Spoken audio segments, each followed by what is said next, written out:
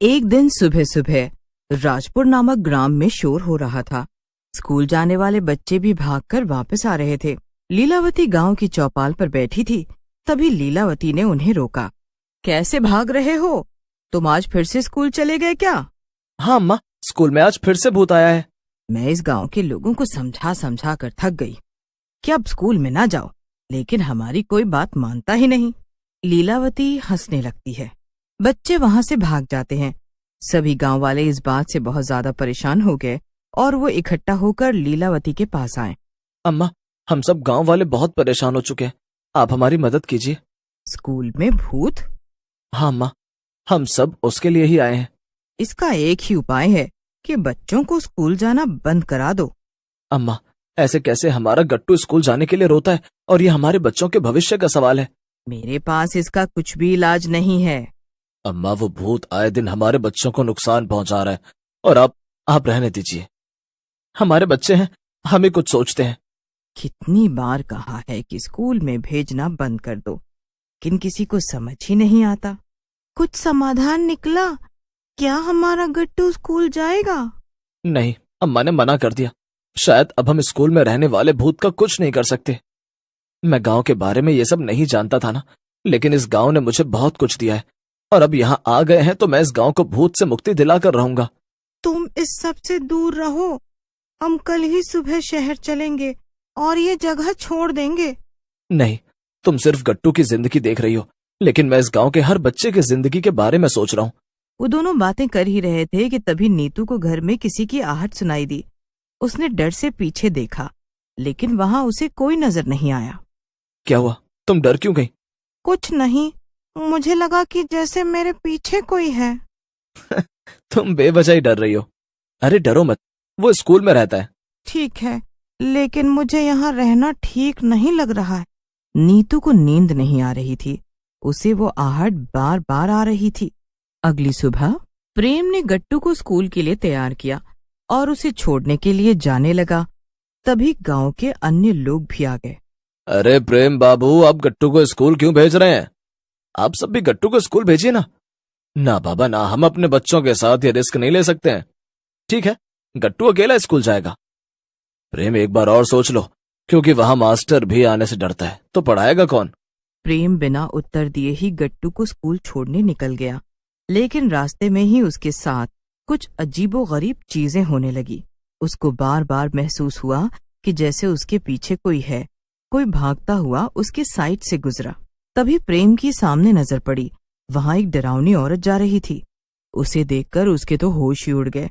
पापा, ये कौन है? ये बहुत डरावनी है, बिल्कुल डरावनी चुड़ैल के जैसे। नहीं नहीं, ये डरावनी नहीं है। मुझे वापस घर ले चलो, मुझे स्कूल नहीं जाना। अरे ऐसे कैसे स्कूल नहीं जाना? तुम हमेशा स्कूल जाने के लिए जिद करते थे। भूत वाले स्कूल में नहीं जाना। कुछ नहीं होगा, मैं हूं ना। ठीक है पापा। प्रेम और गट्टू बात कर रहे थे कि तभी प्रेम को महसूस हुआ कि उसके पीछे से कोई दौड़ कर गया है। वो डरकर पीछे मुड़ा। वहां कोई नहीं था। उसने चैन की सांस ली और जैसे ही स्कूल जाने के लिए वापस पीछे मुड़ा तो उसके होश ही उड़ गए, क्योंकि वहां अब डरावनी औरत नहीं बल्कि एक सफेद कपड़े पहने हुए डरावना आदमी चल रहा था। प्रेम जैसे ही गट्टू को लेकर वापस गांव की ओर दौड़ने लगा, उसके पैर जमीन पर ही रुक गए। उसने अपने पैरों को उठाने की बहुत कोशिश की, लेकिन वो ऐसा कर नहीं पाया। मैं हीरो क्यों बना? अपने साथ साथ अपने बेटे की जिंदगी को भी खतरे में डाल दिया। अब क्या करूं? पापा, क्या हुआ? गट्टू बेटा, तुम आंखें बंद कर लो। पापा, मुझे बहुत डर लग रहा है। मेरा शेर बेटा है, तू डर नहीं सकता। क्या करूं? मैं अपने बेटे के सामने कमजोर नहीं पड़ सकता। तभी वो आदमी प्रेम के पास आया। दिखने में बहुत ज्यादा डरावना था। उसकी शक्ल देखकर प्रेम की हालत खराब हो गई। कौन हो? जाओ यहां से। क्यों? बड़ी चाह थी तुम्हारी मुझसे मिलने की, अब मुझसे मिलोगे नहीं? मैं तुम्हें नहीं जानता, चलो जाओ यहां से। तुम मेरे इलाके में आए हो, मैं अपने में ही हूँ। ठीक है फिर, मुझे।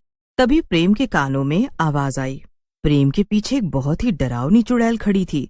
सभी बाल बिखरे हुए थे, आंखें गुस्से से लाल थी। मैं तुम्हारे आगे हाथ जोड़ता हूँ, मुझे जाने दीजिए। स्कूल में कोई भी बच्चा नहीं आएगा, और अगर आ गया तो कभी वापस नहीं जाएगा, क्योंकि मैं वापस नहीं जाने दूंगा। मैं आपके आगे हाथ जोड़ता हूँ, मुझे जाने दीजिए। कभी नहीं। भूत और चुड़ैल दोनों ने प्रेम और उसके बेटे गट्टू को कैद कर लिया। और स्कूल में ले जाकर एक पेड़ से लटका दिया। गट्टू बहुत डरा हुआ था और रोने लगा। यहाँ से कोई भी नहीं जाएगा और तुम दोनों को ऐसी मौत मिलेगी कि भूल कर भी यहाँ कोई कभी नहीं आएगा। जब कोई पढ़ता है ना, तब मुझे बहुत गुस्सा आता है।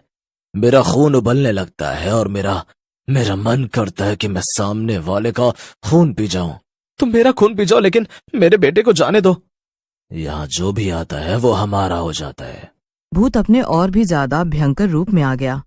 प्रेम और गट्टू अपनी जान बचाने के लिए गुहार लगाते रहे, लेकिन जितना वो दोनों गिड़गिड़ा रहे थे, भूत और चुड़ैल को उतनी ही ज्यादा खुशी मिल रही थी। वो दोनों बहुत खुश हो रहे थे। अब इन दोनों को मार देना चाहिए और ऐसी मौत देनी चाहिए कि कोई भी अपने बच्चे को स्कूल नहीं भेजे। कोई नहीं आने दो। इन लोगों को रोज मार मार कर हमें भी खुशी मिल रही है। हम सभी ने तुम्हारा क्या बिगाड़ा है जो हमसे बदला ले रहे हो? चुड़ैल अपने हाथ में कुल्हाड़ी लेकर गट्टू को मारने के लिए गई। तभी चुड़ैल हंसते हुए प्रेम को मारने के लिए आगे बढ़ी, लेकिन तभी वहां बहुत जोर से आंधी तूफान आ गया। वहां कुछ भी दिखाई नहीं दे रहा था। कुछ मिनटों में तूफान रुक गया, जिसके बाद चुड़ैल और भूत दोनों ने देखा कि पेड़ पर प्रेम और गट्टू नहीं है। वो दोनों गुस्से से लाल हो गए। कहाँ गए वो दोनों? कहाँ गए? वो पीछे देखो। उसने पीछे देखा तो प्रेम अपने बेटे के साथ खड़ा था और वहां लीलावती पूरे गांव के साथ खड़ी थी। ये देखकर भूत बहुत क्रोधित हो गया। इस बार तू बचकर नहीं जा सकती। तेरे साथ साथ ये सभी लोग मारे जाएंगे। तुम दोनों हर बार मुझसे बच जाते हो, लेकिन इस बार मुझसे बच नहीं पाओगे। ये ख्वाब तो तुम छोड़ ही दो। इतना सुनकर चुड़ैल लीलावती की तरफ उसे मारने के लिए बढ़ती है, लेकिन तभी लीलावती विभूति उसके ऊपर फेंकती है, जिससे उसके कदम वहीं रुक जाते हैं और उसका शरीर जलने लगता है। लीलावती भूत के ऊपर भी थोड़ी सी विभूति फेंकती है। भूत जलकर राख हो जाता है, जिसके बाद सभी लीलावती को और भगवान को धन्यवाद देते हैं। तभी प्रेम ने लीलावती से पूछा, ये दोनों पढ़ने वाले बच्चों से क्यों चिढ़ते थे और स्कूल में क्यों रहते थे? इसके पीछे भी एक कहानी है। ये स्कूल इन दोनों का ही था। हाँ, ये दोनों की हत्या किसी और ने की थी, लेकिन इनको लगा कि ये किसी स्कूल के बच्चे ने किया है, जिसकी वजह से इन दोनों की आत्मा आज भी घूम रही थी और ये अपना बदला स्कूल में पढ़ने वाले बच्चों से ही ले रहे थे। लेकिन इन दोनों की हत्या किसने की? यहाँ पर जगत नाम का एक व्यक्ति रहता था। वो भी अपना स्कूल चलाता था, लेकिन इन दोनों का व्यवहार और स्कूल में पढ़ाई अच्छी होने के कारण इनके स्कूल में ज्यादा बच्चे आते थे, जिसकी वजह से जगत का स्कूल बंद होने लगा। उसने एक दिन चुपके से आकर इनके खाने में जहर मिला दिया और एक बच्चे के हाथों खाना भिजवा दिया। हाँ, और इन दोनों की मौत हो गई और ये अपनी मौत का जिम्मेदार स्कूल में पढ़ने वाले बच्चों को समझने लगे, जिसकी वजह से ये दोनों आज तक स्कूल के बच्चों से अपना बदला ले रहे थे। आपने इन दोनों को उस दिन से ही मुक्ति क्यों नहीं दी? मैं उस समय इतनी ताकतवर नहीं थी। मैं सिद्धियां प्राप्त कर रही थी ताकि मैं इनको शांत कर सकूं। अम्मा, अब हम स्कूल आ सकते हैं?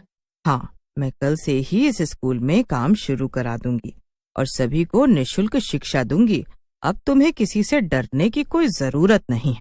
अगले दिन सभी लोगों ने मिलकर स्कूल में काम किया और उसकी हालत को सुधारा। लीलावती ने सभी बच्चों को स्कूल पढ़ने बुलाया और प्रेम भी अपनी पत्नी के साथ उसी स्कूल में पढ़ाने लगा।